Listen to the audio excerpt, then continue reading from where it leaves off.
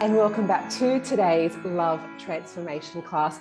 Now, last year, my inbox was absolutely flooded with DMs about how incredible the wisdom that was downloaded from today's beautiful speaker is. And I'm so thrilled to have her back. I'm not actually even going to give you an insight into what we're going to talk about because it's so good and it's so juicy and you just have to stay right through till the end. But welcome back, Diana. It's such a pleasure to have you again. Oh, thank you for having me back. I remember just how beautiful our conversation was last year, so I'm so excited for this year as well. The things that you shared about how we communicate with people and how our inner child sometimes runs our relationships and the behaviors that we bring to those partnerships. We're going to weave a lot of that into today's conversation. So where should we start?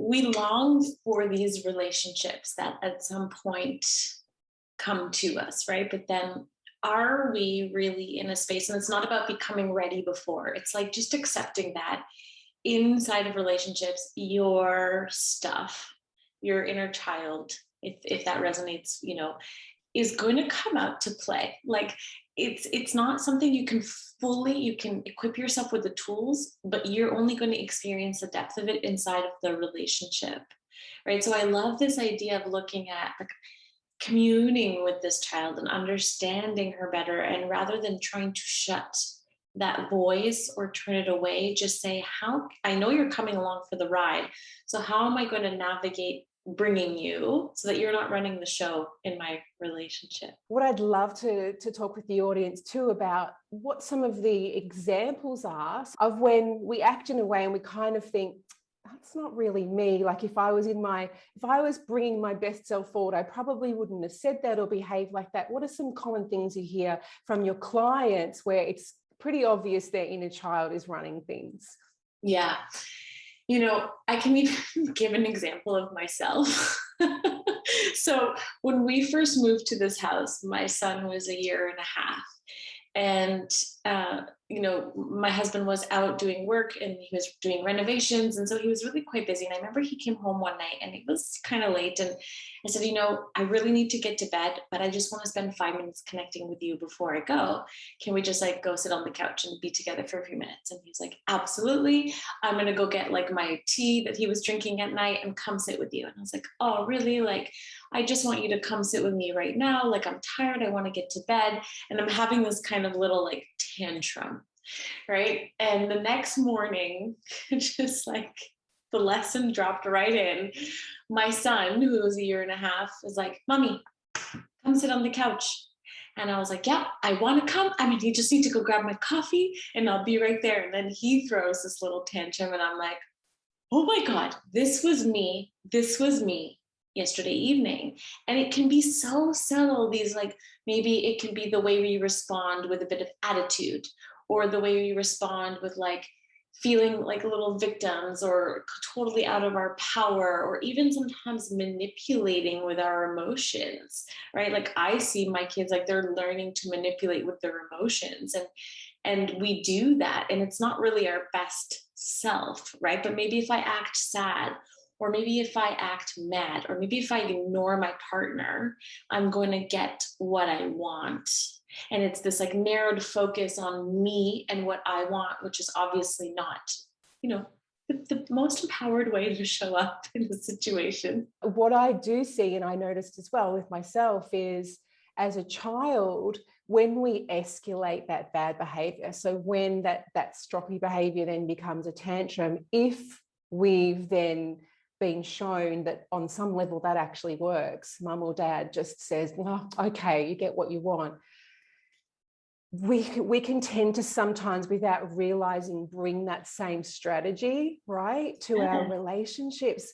Yes. But once you bring it to light, and that is the thing about having someone or people as mirrors for you, right? Because once you bring that to light and you're like, oh, I have my clients do an exercise where they get clear on their fearful self, and they're more like empowered queen self. And so it actually becomes like a legend. When I think these thoughts, when I say these words, when these behaviors show up, I know which version of myself I'm in, right? So once it comes to light, then it's like there's an opportunity to actually get playful and curious around it and just say, oh, there you are, like, there she is, and noticing it, and just like shining some love, not judging, but also, she's a child, and so she can't be the one making the decisions in your relationship.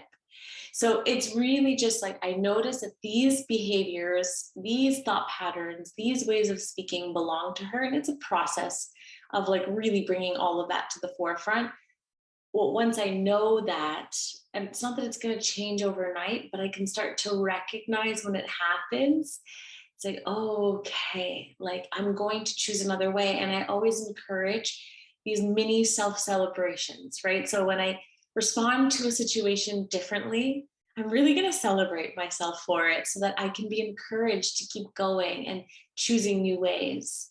I know oftentimes we're almost like mid this bad behavior, whether it's sort of like silent treatment or some kind of passive aggressive comment, or even sort of more escalated than that. We're almost mid behavior and we realize, okay, this is really kind of out of integrity for what's happening. How would you suggest we handle that with our partner right there in that moment? We notice that we maybe haven't had a chance to really process exactly what's going on, but we kind of know, okay, maybe what I'm doing or how I'm being is kind of not okay. How do we recover from it? Yeah, and it is so challenging. It's so challenging for me too sometimes. It is. A lot of the times in those moments, our nervous systems are activated. And so we're in this kind of fight or flight or freeze or however you respond. So it's really nervous system regulation, right? Proactively and reactively, right? So the proactive, just daily kind of maintenance of our systems with like deep breaths, whether it's when you wake up in the morning. Like for me, I realized recently I wasn't taking my walks and I could see my mind chatter like really, really loud, so it was like, okay, I've got to bring this back into priority. I'm in a part of the world where it's absolutely freezing right now, but I just have to bundle up and get out for that walk. So it's this like proactive regulating our nervous systems. Do I need to put the screen away for some time? Right. And then that helps us, just like we know with meditation, when we're in a moment, to then pull on those tools. Okay, I've gone a little bit too far. I've said more than I wanted to say. I'm going to take a breath. I'm going to place my hand wherever I need it right now to just like ground myself. I'm going to maybe apologize. Maybe I'm going to say I need to step away. I'm realizing like I just need to regulate myself, or I just need a breath. I just need a moment. Right. And just giving yourself the permission. It can be very vulnerable to do that, I know. But it's like you have a choice here. Do you keep going down the path of sabotage, or do you step up and say, oh, this is what I need to come back into myself right now? Most of us are aware that we perhaps have at least one specific insecurity. For myself, having had infidelity in my past relationships, there was one specific insecurity, which was that fear of being cheated on, or fear of being lied to, that kept coming up and weaving its way through. And I want to sort of swing a little bit now towards how we start communicating about these things. How would we, so whether we're in the middle of an issue where we know that this insecurity's come up, how do we apologize? How do we bring that up? How do we share with our partner, I kind of know what this is? Yes. How do we bring them in and create a conscious conversation rather than it escalating? Yeah, and it's exactly that. I kind of know what this is. Like, okay, I need to share with you that this is a specific trigger for me around this fear. And this is why. And so what we're doing in that moment is we're separating that person from the issue. And so you can communicate to that person about it without making them defensive or making them feel like they've done something wrong. It's like, I can see, I'm seeing this objectively. I'm telling you, this is an insecurity of mine, or this is a trigger point for me. Right. And really, it's separating the person from the issue. This is why this kind of tends to be sensitive for me. Like I remember even my partner saying something about my hair, and when we first met, and I just had to tell him, I have this thing about really being really sensitive about anyone commenting on my appearance, or about my man commenting on my appearance in any way, because of this experience that I've lived. And it's not easy, but it helps that person have compassion for you. And how someone responds will tell you so much about who they are and what kind of partner they can be for you. Right. So, yes, vulnerability is kind of earned or shared slowly, depending which stage you are in your relationship. But you have a choice. You're either going to shut down or say something, out of context, or you're just going to be honest about the fact that you're sensitive about this topic. What are some of the things that you find are really helpful as we're learning how to be better in partnership that we perhaps don't learn when we're singles? Yeah. Okay. Well, one of the things I would say is, first and foremost, just taking a moment to get into your body when you're getting nervous or upset, right? Like, even if you just place your hand on your heart, like feel yourself settle down, maybe sink your breath into your seat if you're sitting, right? So just so you can feel more centered, and so that you actually have the chance to choose your words wisely. Right. And then we know some of the basic things, like I'm going to focus on I statements, like this is how I feel. This is what I need. This is why this happens for me. When this happens, I tend to go into this story. And I love to pull Brene Brown's approach of the story I'm telling myself is this, right? And we want to avoid blame or shaming someone, right? So maybe avoiding some blanket statements like you always or you never, right? Because that really gets someone's defenses up. And I would say specifically, if it's a woman speaking with a man, to keep things concise. And these are blanket statements, I know, these are generalizations, but to keep things concise, and for speaking to anyone, to pause, right? To take moments to pause so that you can check in. Is this my truth? Is this what I intend and want to say? And give the other person time to absorb and not have their system then become overwhelmed. Because then you'll have two people in a room feeling anxious, or one person feeling like they want to completely run away. Right. And it's this, as you learn who you're dealing with, you're going to start to see, do they need more space before a conversation? How much can their system handle? Like a 5-minute conversation, a 10-minute conversation, maybe you can go for hours. They need the conversation in small stretches. Right. So it's that respect for what I need and what you need. I know, especially with the women that I work with that experience anxious attachment, and often these conversations don't even burst through to the surface or come up until we're at that point where we're unable to sort of hold them any longer. And last time we spoke, we also spoke a little bit about timing and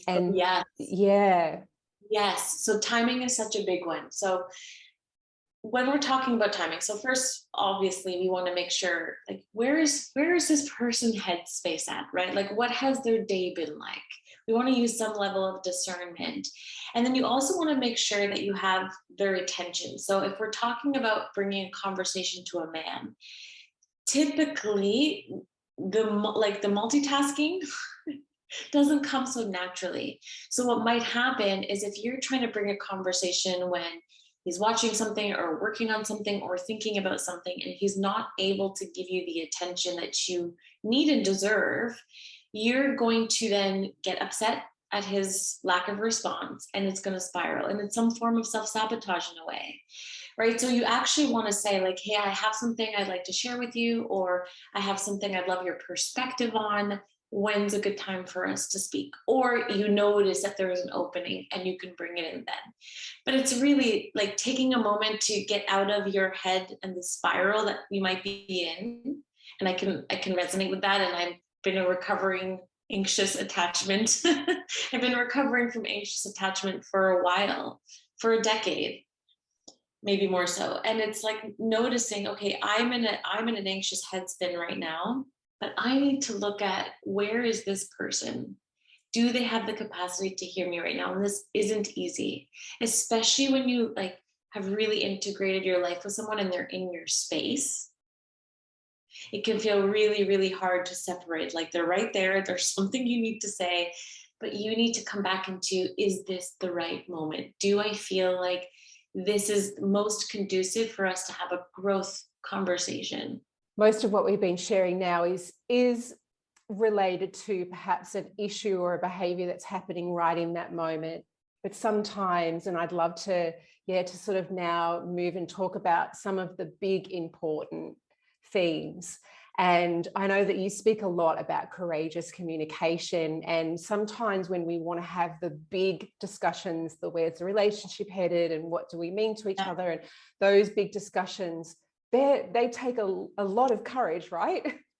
They take a lot of courage. And so what's really important, as always, a first step is getting in tune with what's true for me. And that's where attachment and detachment comes in, because when you really understand that this is true for you, that it's important for you to bring this conversation, then that's when you need to invite in some detachment and know, this is my intention, this is why I'm doing it, regardless of the outcome. Right? Because this is important to me and I know why it's important. It's aligned with my values, it's aligned with valuing myself or my standards.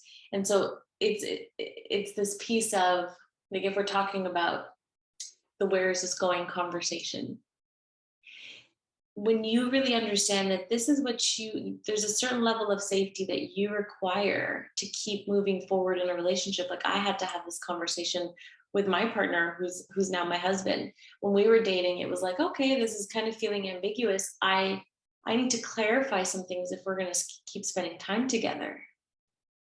Right? And that is out of respect for me and out of respect for you. It's the approach that matters, right? It's like the words that you use, the energy that you're bringing to the conversation. I did a lot of grounding before coming into the conversations. Some emotions came up, but it was, my intention around the conversation was clear, to show how I feel and to hear where that aligns or doesn't align with you. Right? So this piece around courage is really, once you understand why you need to do something, then it's equipping yourself with, like, okay, now how do I make this a little easier for myself? But the courage is needed. And the courage is what brings that vulnerability piece that actually allows you to connect with that person. Like, to really connect, we do need some level of vulnerability. So many of us have been used to keeping our feelings, holding our feelings back, or not being really open with our feelings. And it does relate to that fear of being rejected, or fear of the other person not feeling the same way. Yes. And I can say with so much evidence around me that the women who come into my programs, let's say they come in, they might have been casually dating someone, and it will move to a committed relationship if that person is also willing and wanting, once they actually bring the vulnerability out and say, like, these are some of the things that I need to feel safe. These are some of the thoughts I've been having. These are some of the feelings that I have, right? And we have this narrative around, when a woman expresses her feelings, the man's going to run away. But it's typically, like, if we think about the movies that we've seen that portray this idea, it's typically in the delivery, not in the actual, it's not about the actual content that you have feelings and that's what's making someone run away. It's the anxious delivery and the anxious attachment to the outcome. You mentioned detachment a bit earlier.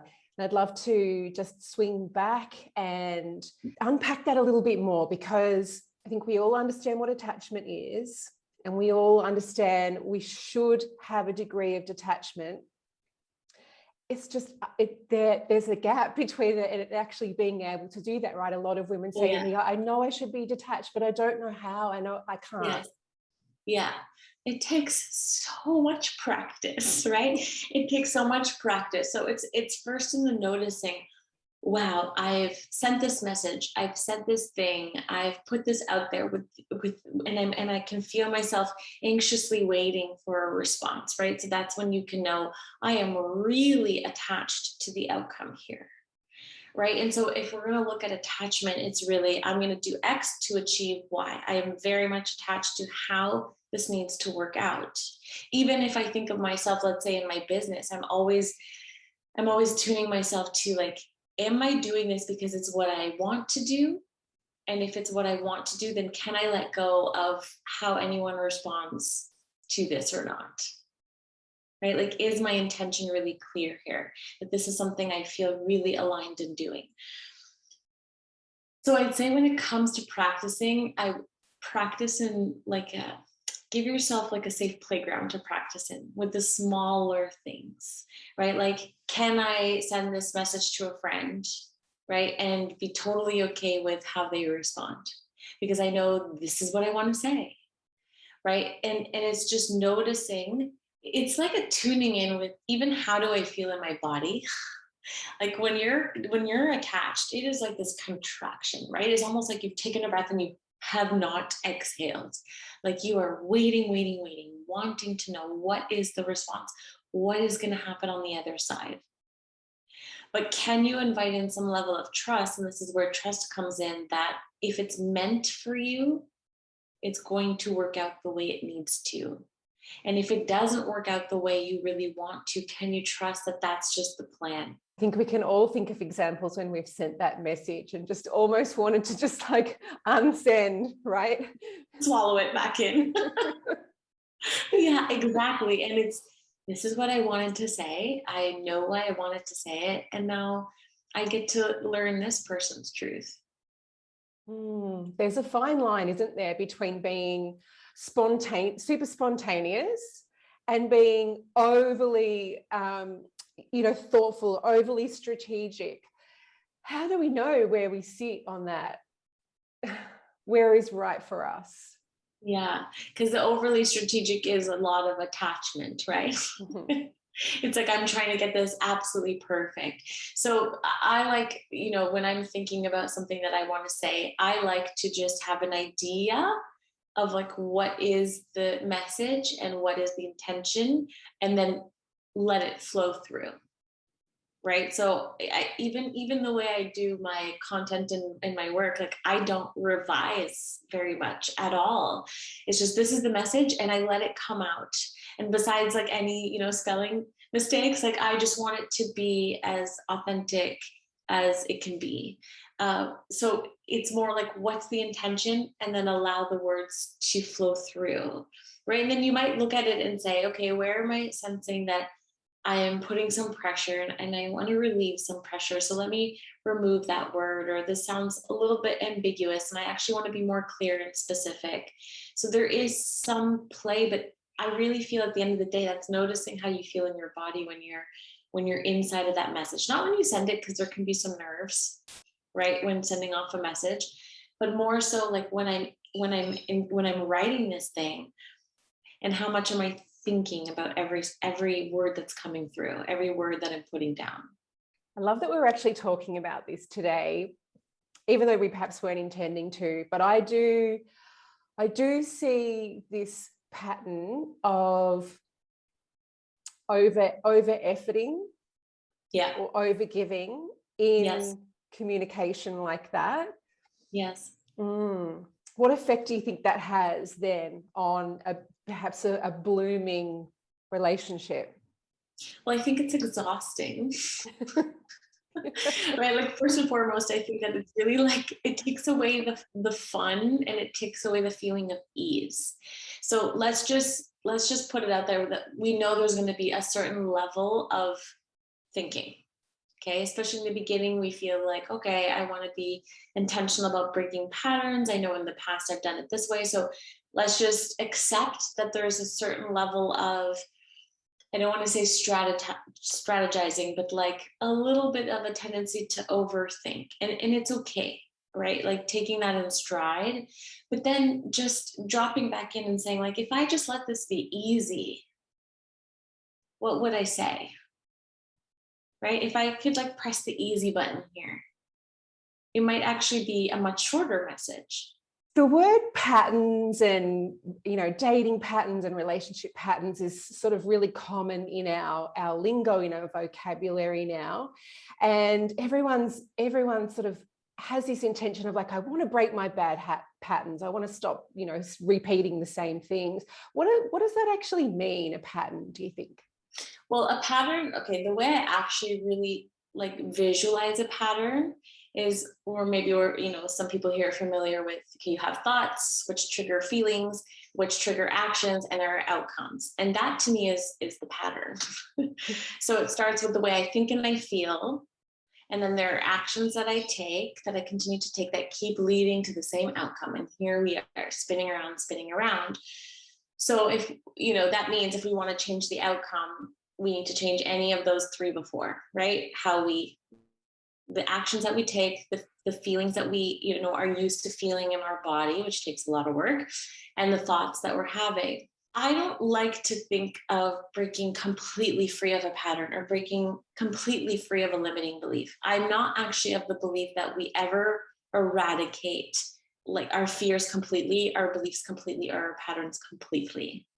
How I see it is that we get to step further away from it, and it just has less of a hold. From my experience, I see that requires a certain level of acceptance. Oh, this is a pattern I find myself in. And we tend to judge ourselves a lot for that. And I catch myself doing it too, judging myself for being inside of a pattern.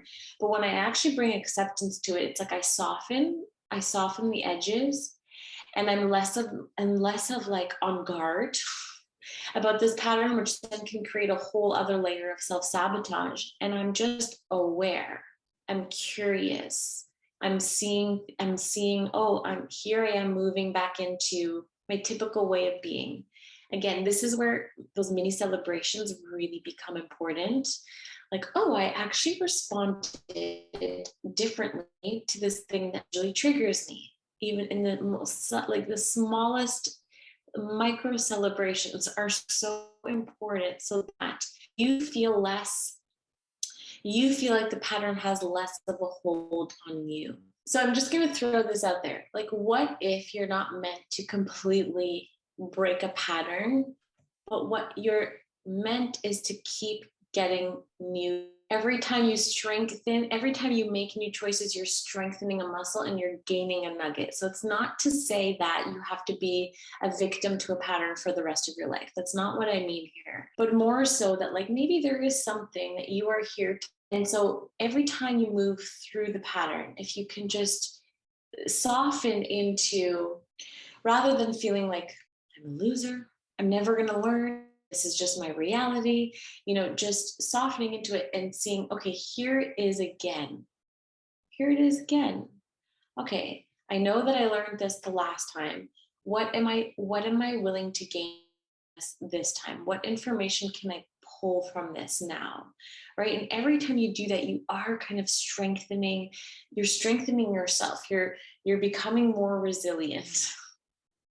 Right? So it's that the pattern doesn't have to be your enemy. It's more about almost like inviting it into the back seat, right? Rather than letting it run the entire show. So if we see it that way, and if we see the patterns as belonging to your inner child, it's like, I don't need to get rid of you completely. I don't want to I love you. I need to start making some different choices. In ways in which we can support ourselves every day, what are some of the practices or things that we can do once we have this awareness?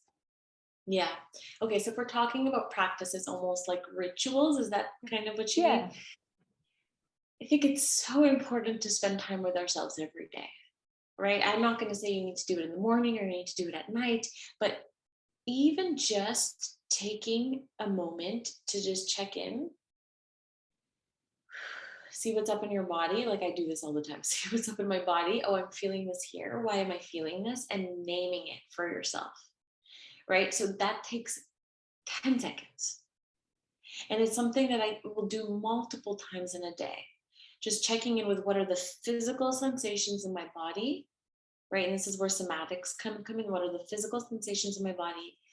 what is that sensation about? What is underneath that? Right? Because what happens then is I'm saying, oh, I'm feeling anxious. What's the anxiety about? Okay, the anxiety is about I sent that message and I haven't heard back, and it's replaying in the back of my head all day long. I am really stuck on wondering how this person is going to respond. And it's completely distracting me. I'm completely not present with anything else. And it's giving me this feeling of like contraction in my belly. Right. So that's when we become that aware of ourselves, then it even becomes, if you are contracted and there is something that you want to say to someone, that it's not the moment. And that's how we also start to break patterns, right? It's not the moment. Because right now, if I check in, I would be sending this from a completely anxious, attached space. So this isn't the time to communicate this thing, right? Or this isn't even the time to say, hi, how's it going? Because the hi, how's it going is actually like a digging and a searching for something else, because I'm feeling anxious right now. So I'm always actually applying these principles in my work too. Like if I'm communicating with a client or a potential client, where am I communicating to this client from? Is it because I want something, or I feel truly my heart is open and I just want to connect? Right? So checking in with how am I feeling in my body, naming what's there. We know the practices of like meditation and journaling, but if